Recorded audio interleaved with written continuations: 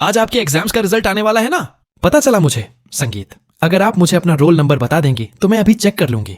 वो तो मैं भी चेक कर सकती हूँ ना, बड़े घर की छोटी बहू शाम। सोचिए, अगर जिंदगी के सबसे बड़े इम्तिहान का रिजल्ट सिर्फ नंबरों से नहीं बल्कि रिश्तों से तय होता तो क्या अहाना पास हो पाती? शाम का वक्त था।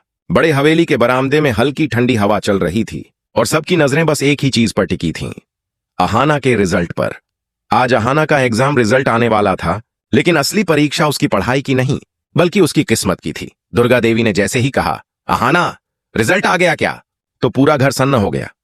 बुआ जी के चेहरे पर हल्की मुस्कान थी, जैसे वो पहले से जानती हों कि क्या होने वाला है। और अर्जुन बस खामोश खड़ा था, अपने दिल के अंदर तूफान लिए। अहाना ने कांपते हुए मोबाइल हाथ में लिया और वेबसाइट खोली। रोल नंबर डाला और स्क्रीन पर कुछ शब्द उभर आए, लेकिन रिजल्ट के साथ एक और झटका भी मिला। वेबसाइट पर लिखा था, result withheld due to misconduct inquiry. पूरा घर हैरान। बुआ जी ने जोर से कहा, देखा, कहा था ना, ये लड़की हमेशा इस घर की इज्जत मिट्टी में मिलाएगी। अहाना ने हैरान होकर कहा, लेकिन मैंने तो कुछ गलत नहीं किया, ये कैसे? तभी ठाकुर जी ने धीरे से कहा, बस अब और बहाने मत बना। पर कहानी यहीं खत्म नहीं होती। रात को जब सब अपने कमरे में चले गए, अहाना अकेली बरामदे में बैठी थी। आसमान में बादल थे, लेकिन उस रात चांद नहीं निकला था। शायद उसके हिस्से का उजाला छिन गया था। तभी अचानक अर्जुन वहां आ गया। अहाना, उसने धीमे से कहा, मुझे तुम पर यकीन है, पर सबूत चाहिए। अहाना ने उसकी तरफ देखा। उसकी आंखों में पहली बार उम्मीद की झलक दिखी। उसने कहा, अगर मैं सच साबित कर दूं तो क्या आप मेरे साथ खड़े होंगे? अर्जुन ने सिर झुका लिया।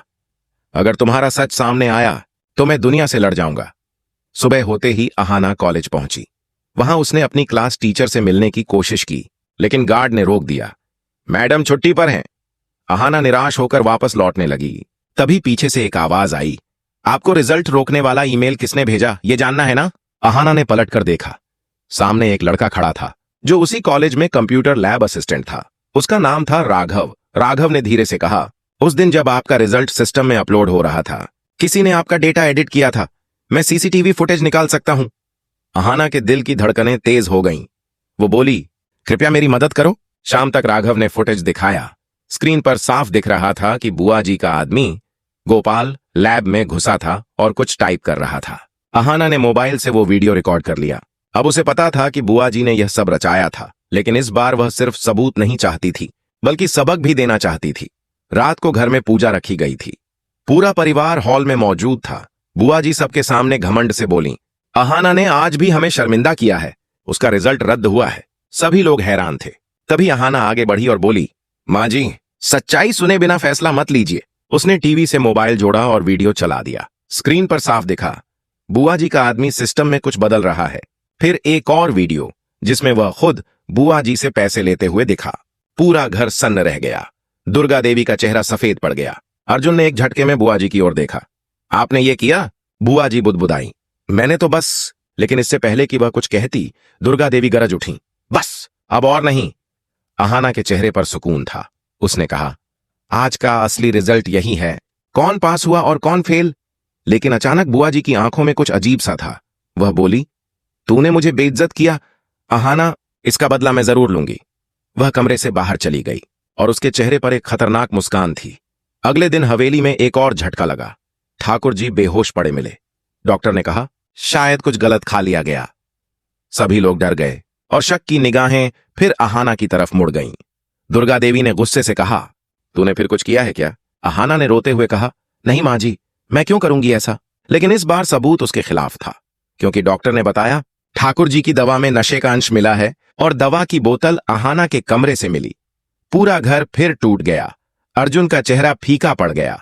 वह बोला, अहाना, मुझे समझ नहीं आ रहा, क्या मैं फिर किसी साजिश में फंस रहा हूं? अहाना की आंखों से आंसू गिर पड़े। उसने बस इतना कहा, मुझे फिर वही साबित करना होगा कि मैं निर्दोष हूं। रात को जब सब सो गए, अहाना चुपके से ठाकुर जी के कमरे में गई। वहां उसे वही दवा की बोतल मिली, लेकिन बोतल के नीचे एक और पैकिंग थी जिस पर लिखा था, फॉर पीसी मोनी। वह चौंक गई। मतलब इस बार बुआ जी नहीं, बल्कि पिशी मोनी के हाथ इसमें थे। वह सारा सच जानने के लिए नीचे गई और देखा, पिशी मोनी फोन पर किसी से कह रही थीं, ठाकुर जी को तो बस एक बार नींद की दवा देनी थी, लेकिन अब बहुत देर हो चुकी है। अहाना ने मोबाइल निकाला, रिकॉर्डिंग चालू की, लेकिन तभी पिशी मोनी ने उसे देख लिया। तो तू सब सुन रही थी? अहाना ने पीछे हटते हुए कहा, आपने ये सब क्यों किया? पिशीमोनी धीरे से हंसी, क्योंकि इस घर में जब तक तू है मुझे वो इज्जत नहीं मिलेगी जो मैं डिजर्व करती हूं। अगले ही पल बिजली चली गई और अंधेरे में सिर्फ अहाना की चीख गूंजी। सुबह जब रोशनी फैली तो अहाना कमरे में नहीं थी। दुर्गा देवी ने घर के नौकरों को पुकारा, अहाना कहाँ है? किसी को कुछ पता नहीं था। फिर अचानक हवेली के दरवाजे पर एक लिफाफा मिला जिसमें लिखा था, सच्चाई अभी खत्म नहीं हुई, असली खेल अब शुरू होगा। स्क्रीन फ्रीज हो जाती है अहाना की मुस्कुराती हुई तस्वीर पर, और बैकग्राउंड में वही आवाज। कभी कभी एक इम्तिहान का रिजल्ट नहीं बल्कि एक औरत की हिम्मत उसकी असली पहचान बन जाती है।